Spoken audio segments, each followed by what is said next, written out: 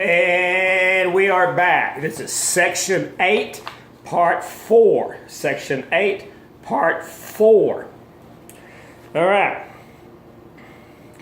Letter E, the last example of how rulers use religion to maintain control was Chinese emperors' public performance of Confucian rituals.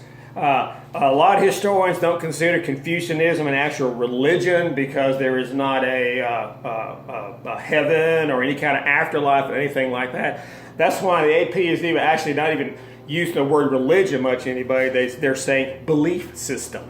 But got to be politically correct. The belief system. All right, now we're going to China now. We just got through leaving Songhai. From there, before that, we went from Mexica Aztecs. All right. It showed their connection to the system of Confucianism. Confucianism.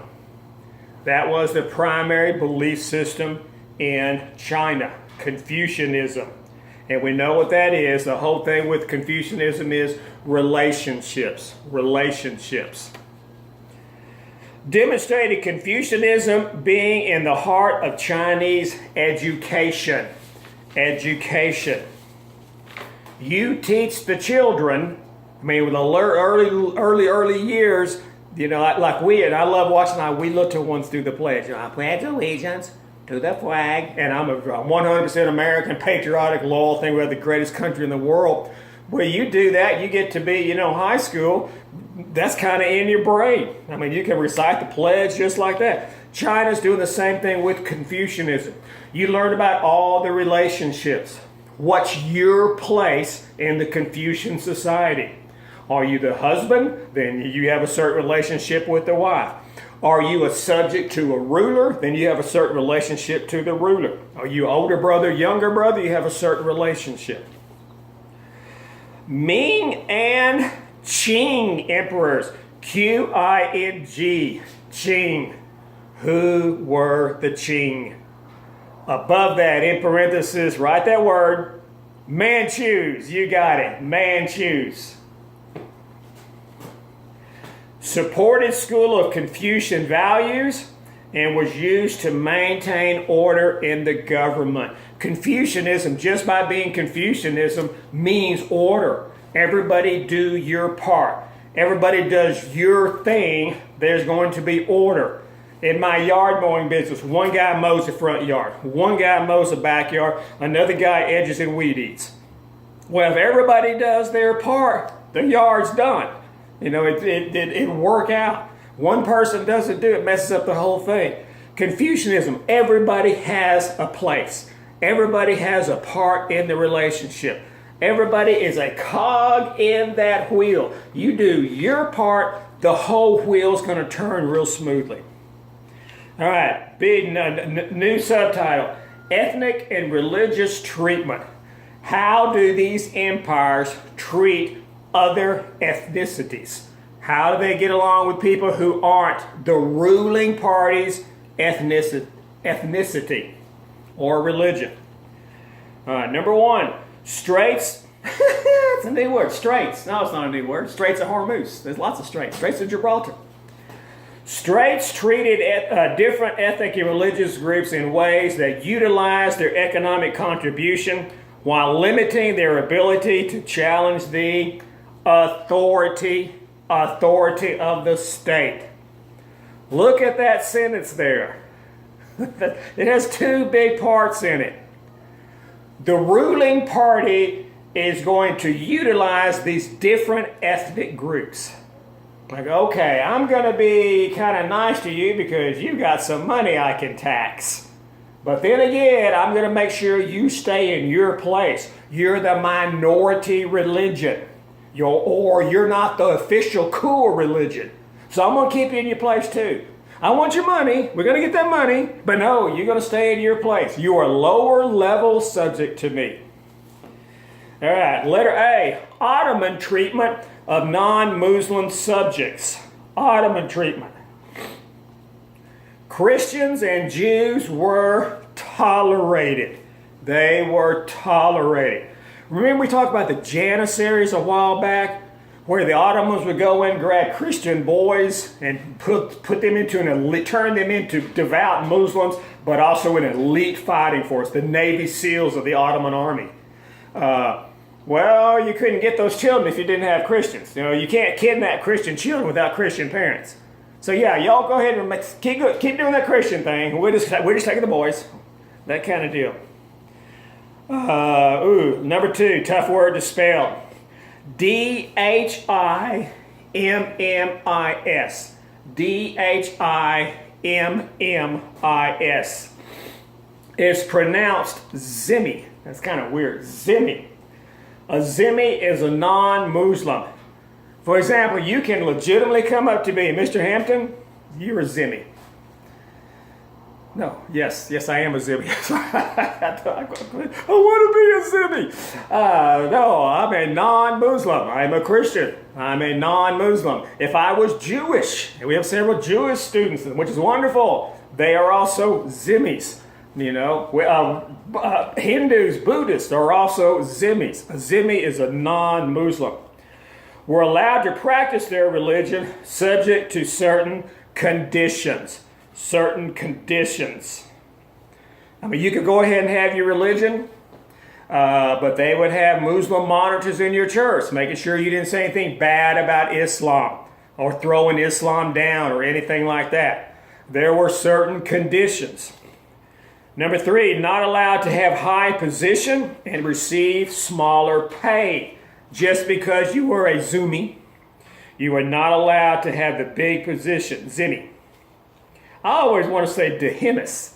Dhimmis. That might be a better way for us to do it because you're going to have to write this out. It's going to be Dhimmis. But we also need to know it's pronounced Zimmis. All right. Number 4, were considered inferior. Non-Muslims were inferior. Just the fact you were not a Muslim, you are automatically inferior. All right.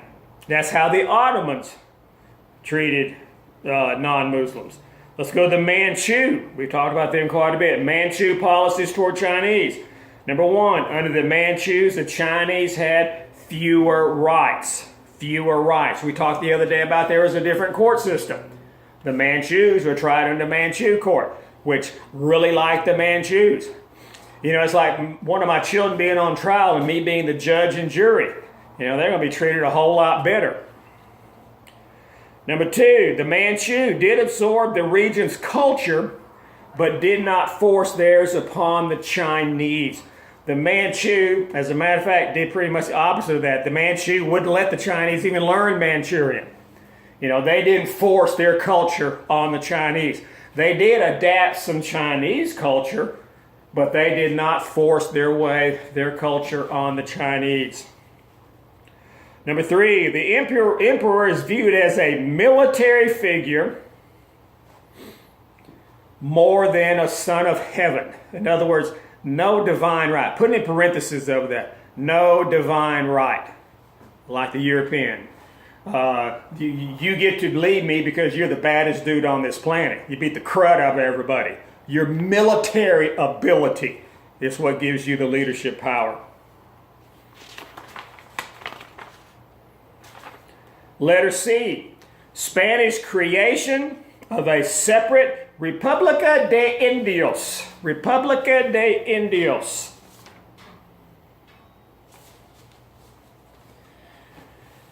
The goal was to shield their conquered nations, in other words, the indigenous people, which they called people of reason. The Spanish called the conquered Incas, the conquered Aztecs, the conquered Mayans, the conquered everywhere, people of reason. From the bad example of other tribes.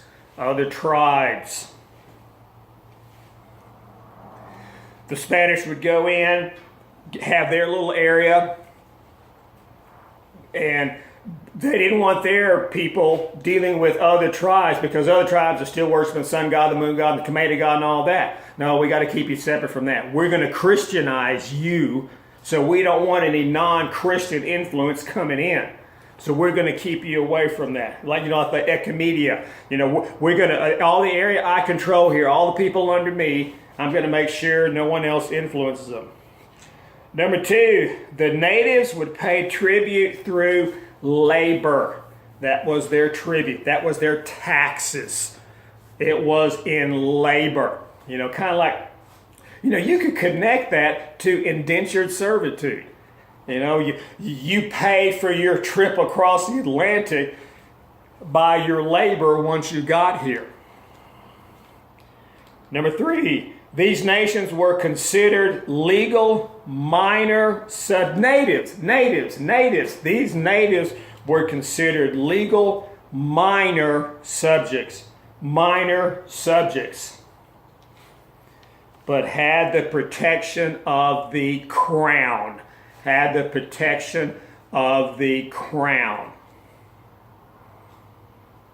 You weren't Spanish by any means. You know, if you were a Mayan, you weren't Spanish, even though you controlled by the Spanish, but you were considered a minor subject. You know, you're like the stepbrother. You know, yeah, you still get to eat. Go ahead, you still get to sit at the table, but there's no bloodline relationship here.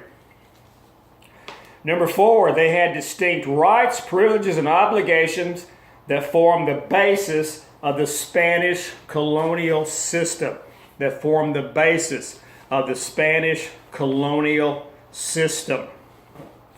Now, I want you to go back in your notes to where we talked about the land empires, the Ottoman, Mughal,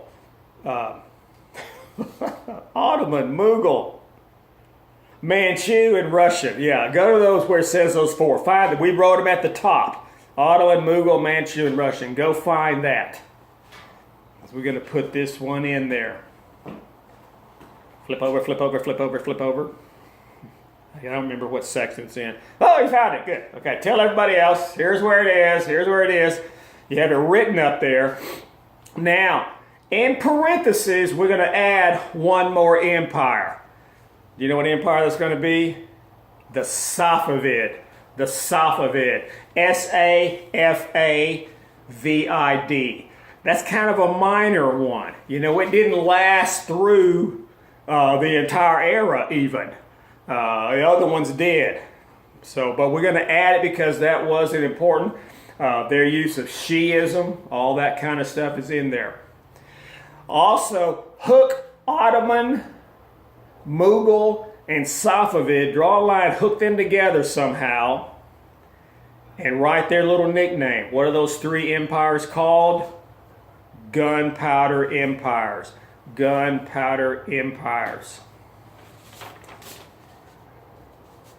All right, guys and gals, that is it for today. Now, looking for our future. We just finished part 8. Next lesson, we'll do part 9. After that unit test. It's going to be a legitimate AP unit test. I have got together all the stuff AP has released, example questions and that kind of stuff. It's going to be part multiple choice, part essay. So you have 8 sections of notes now. I certainly would start going back and reviewing those. Again, at any time you have questions, you know, I know I'm not there. This is the best I can do. Ask Miss Fishnick. She'll text me the questions. You get to have answers to your questions. You have access to answers to your question. To tell Miss Fishnick, hey, I don't have a clue what the Safavid Empire is. Ask Miss Fishnick. She'll text me, and I'll go into super detail. All right. Remember, next lesson. Number 9, if everything works out, we're going to have a guest with us. That's going to be fun. You don't want to miss it. All right. See you next lesson.